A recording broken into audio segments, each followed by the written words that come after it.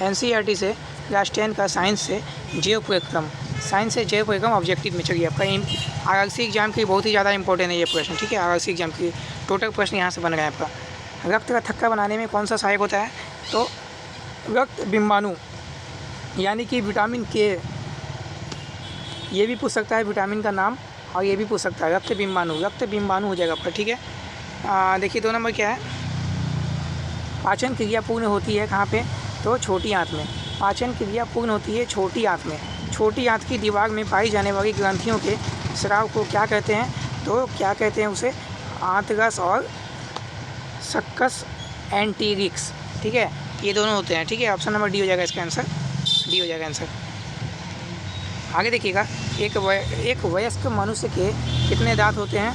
तो 32 हो जाएगा आपका। और मछली के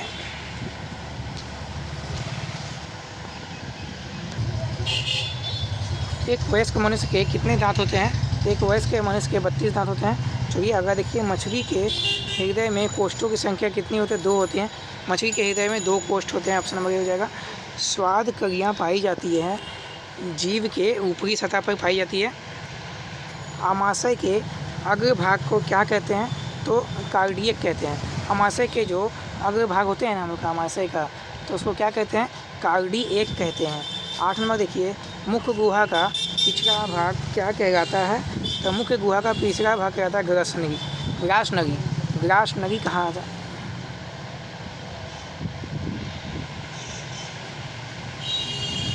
ठीक है, मुख्य गुहा का होता है ना, मुंह का जो गुहा था उसका पिछला भाग को कहता है ग्रासनगी कहता है, ठीक है। ग्रासनगी कहा जाता है, ग्रासनगी नहीं मार दीजिएगा आप गलती से, ग्रासनगी कहा जाता है। चलिए आगे देखते हैं हम लोग। 9 नंबर, निम्नलिखित में कौन सजीव के मुख्य लक्षण है?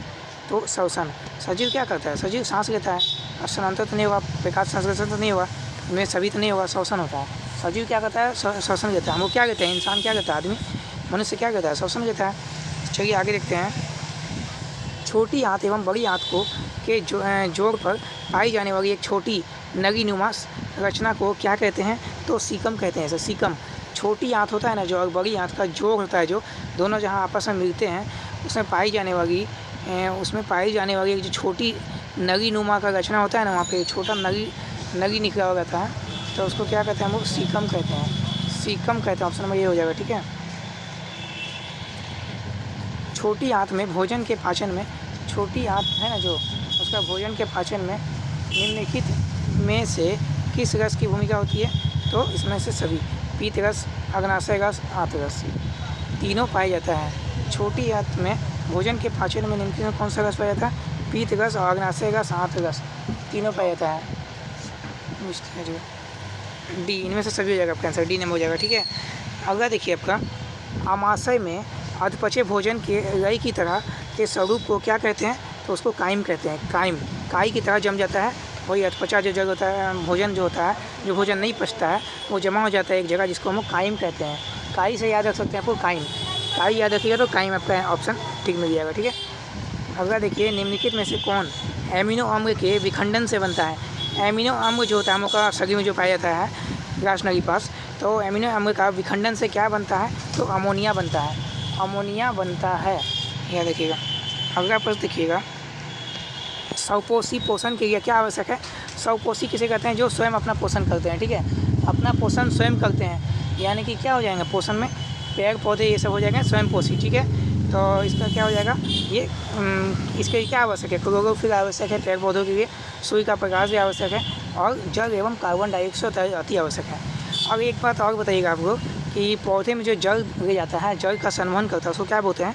तो उसको जाइलम कहते हैं। और पौधों द्वारा जो भोजन का आदान प्रदान ले जाता है एक जगह दूसरी जगह, तो उसको क्या बोलते हैं? फ्लोएम कहते हैं। ये दोनों याद रखिएगा, ठीक है। ये भी बराबर आपका पूछा जाएगा इस एग्जाम में।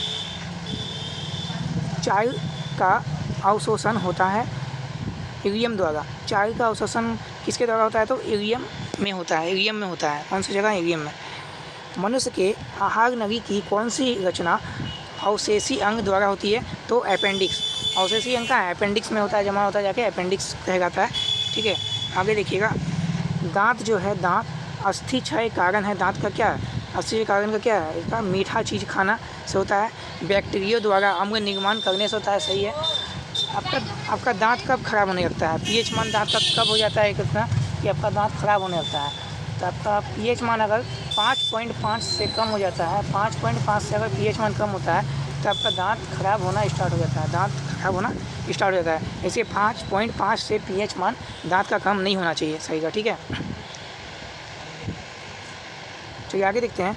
डेंटाइन के ऊपर दांतों की सुरक्षा हेतु पाई जाने वाली कठोर परत को क्या कहते हैं, तो इनामेल कहते हैं।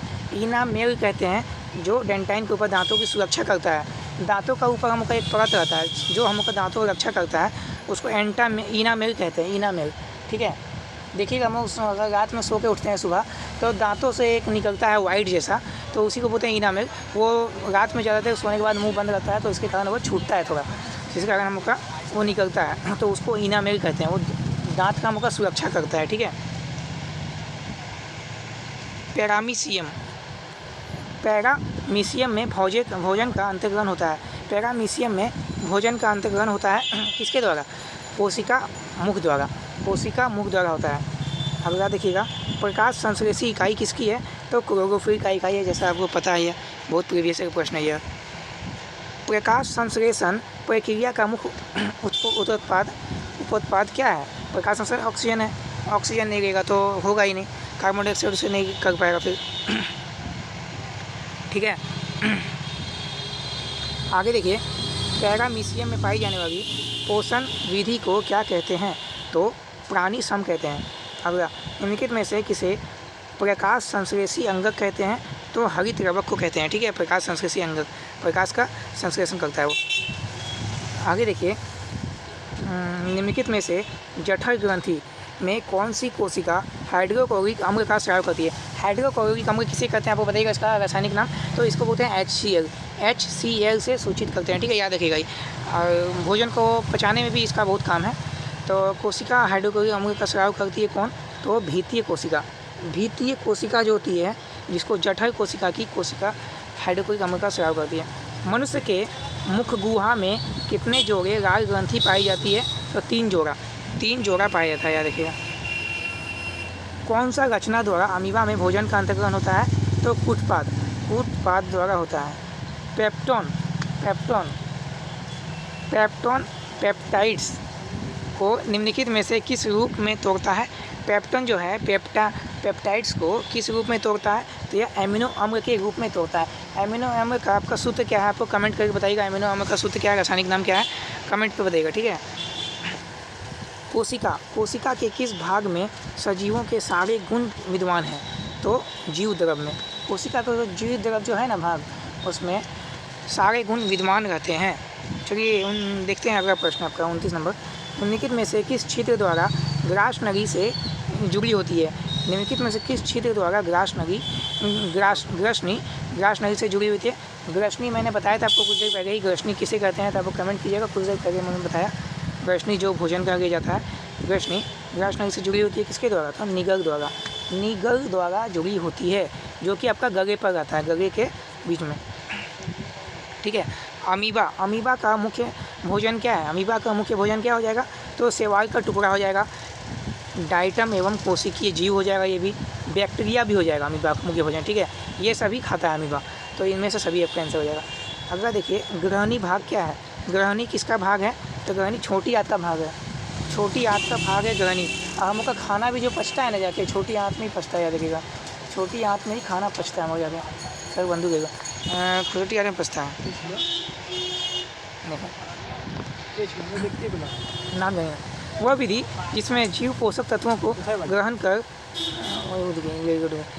वह विधि जिसमें जीव पोषक तत्वों को ग्रहण कर उनका उपयोग अपने वृद्धि एवं जनन के लिए करते हैं, उनको क्या कहते हैं, तो पोषण कहते हैं। पोषण जब तक नहीं करेगा तो वृद्धि कहाँ से होगा, तो पोषण के लिए अपना वृद्धि करते हैं। ठीक है। ये तो इजी प्रश्न है। आगे देखिएगा, जीवन की उपापचयी क्रियाओं के संचरण के लिए निम्नलिखित में से कौन सा आवश्यक है। क्या आवश्यक है, आपको ऊर्जा का आपूर्ति चाहिए, शरीर में वृद्धि चाहिए, टूटे फूटे जो उत्तक होती है उसकी मरम्मत चाहिए हम लोग, इनमें सभी हो जाएगा आपका उत्तर। ये आपका जीवन का उपापचयी है, उपापचयी क्रिया है। ठीक है। चलिए आगे देखते हैं, बड़ा इंपॉर्टेंट प्रश्न आपका। टोटल प्रश्न आपका यहीं से बनेगा, ज़्यादातर प्रश्न आपका आ चुका होगा, यहाँ से देख सकते हैं। जो बचा हुआ है आपका यहीं से आएगा। अब बहुत प्रश्न आपका रिपीट भी होगा अभी एग्जाम में। पौधों में वाष्पोत्सर्जन किस भाग से होता है? तो पत्ता द्वारा होता है। पौधा में जो वाष्पोत्सर्जन होता है ना, पत्ता द्वारा होता है। अब भोजन का जो निर्माण भी होता है ना, पत्ता द्वारा ही होता है भोजन का निर्माण, ठीक है। चलिए, और जड़ द्वारा क्या होता है? जड़ द्वारा जल का अवशोषण होता है, जल का जो पहुँचाने का काम करता है जड़ द्वारा होता है। आगे देखिएगा, मानव रक्त में उपस्थित यूरिया का सामान्य मात्रा क्या होना चाहिए? तो 20 मिलीग्राम होना चाहिए, 20 मिलीग्राम होना चाहिए, ठीक है। 1 ग्राम आपके पास सोना है, 1 ग्राम सोना अच्छे तो कतो लंबा तार हो गया उठा टेने। 1 ग्राम सोना को कितना लंबा तार बनाया जा सकता है खींचकर? 2 किलोमीटर, 2 किलोमीटर तार बनाया जा सकता है 1 ग्राम सोना को। जी हो गया तार सूता 2 किलोमीटर वन में। श्वसन क्रिया के दौरान कितनी प्रतिशत ऊर्जा ताप के रूप में निष्कासित होती है? तो 20%।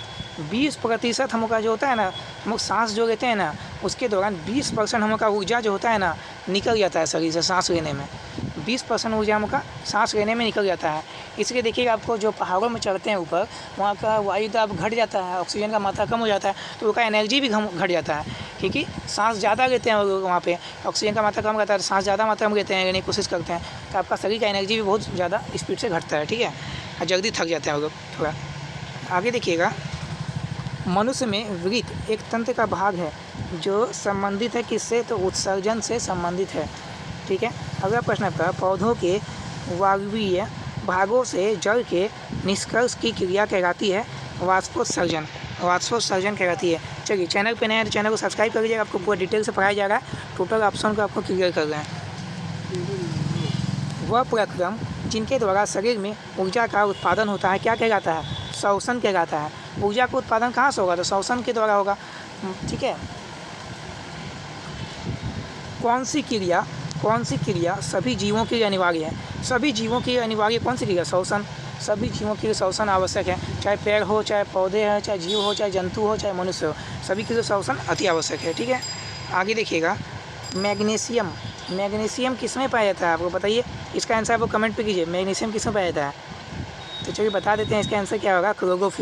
क्लोरोफिल में मैग्नीशियम पाया जाता है। चलिए आगे देखिएगा, मानव हृदय में पाया जाता है क्या? मानव हृदय में क्या पाया जाता है? 4 वेशम पाया जाता है, यानी कि वेशम किसको बोलते हैं? 4 भोग बोलते हैं, 4 भोग पाया जाता है।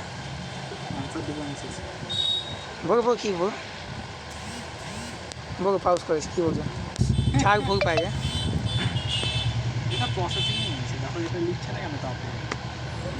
हो गए एक टाइम 2 मिनट 2-4 मिनट प्रकाश संश्लेषण द्वारा नेट ধরছে না ভালো, তার জন্য হয়ে যাবে। কখন বগে ওটা তুমি ওখানে গিয়ে देखो हो गए ওখানে। प्रकाश संश्लेषण द्वारा किसकी प्राप्ति होती है? हमका तो ग्लूकोज का प्राप्ति होता है। प्रकाश संश्लेषण से हमको क्या मिलता है? तो ग्लूकोज एनर्जी।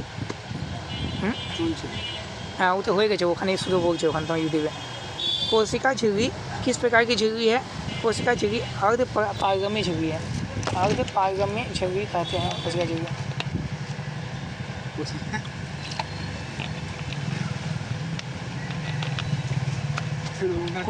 कोशिका झिल्ली को अर्ध पारगम्य झिल्ली कहते हैं।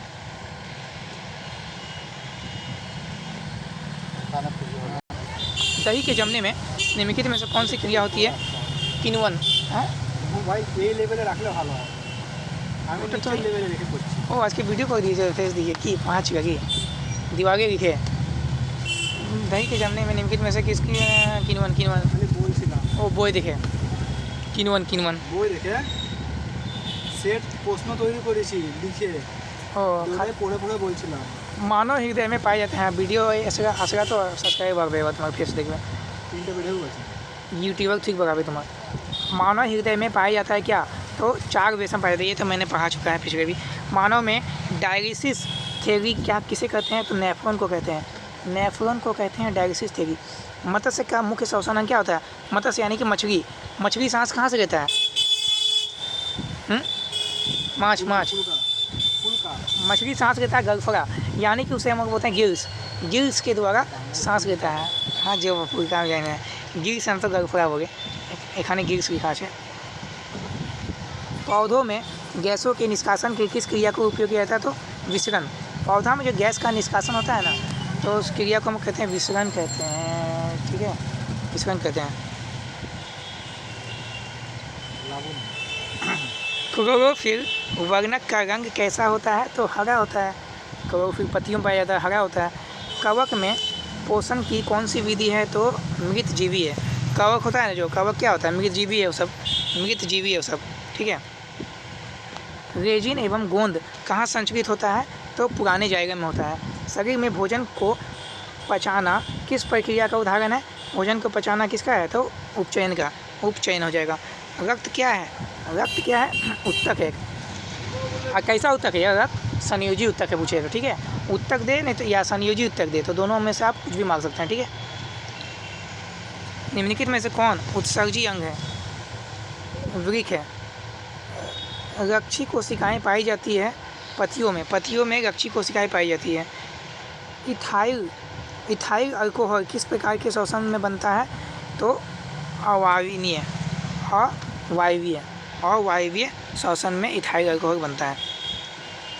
मनुष्य के सांस लेने और छोड़ने की क्रिया को क्या कहते हैं? तो श्वासोच्छ्वास। रक्त में आयरन की कमी से होने वाला रोग क्या कहलाता है? एनीमिया। एनीमिया होता है जो आयरन की कमी से होता है, आयरन की कमी से होता है, ठीक है, आयरन की कमी से होता है।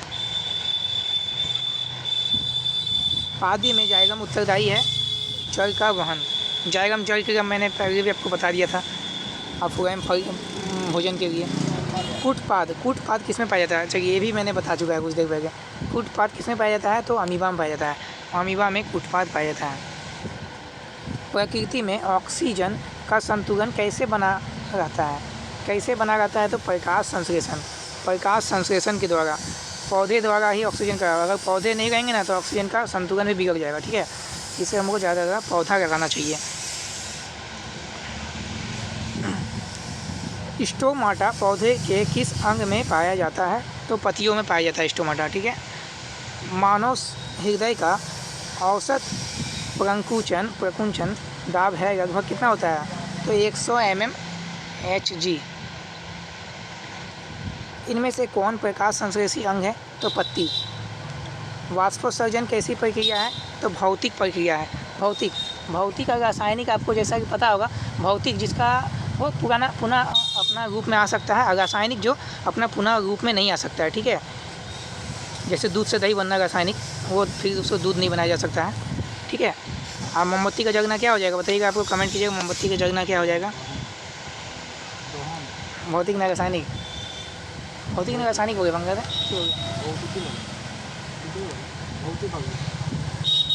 शरीर में भोजन का पचना किस प्रकार की अभिक्रिया है?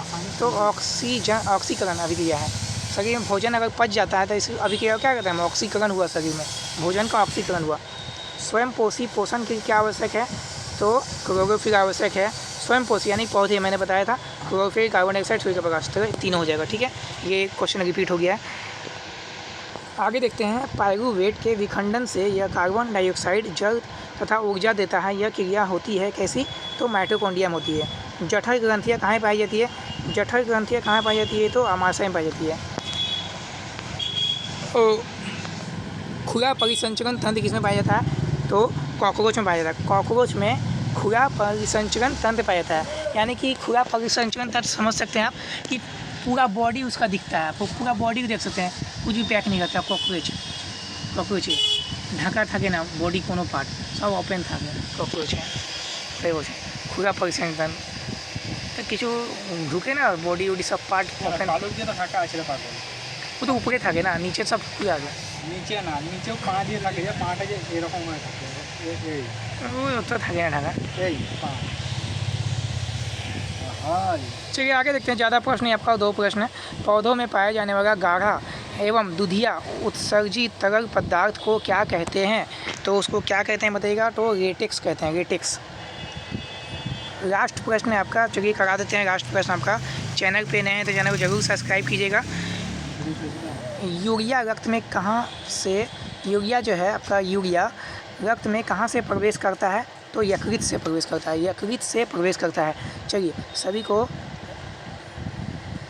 मेरी तरफ से धन्यवाद, थैंक यू, जय हिंद।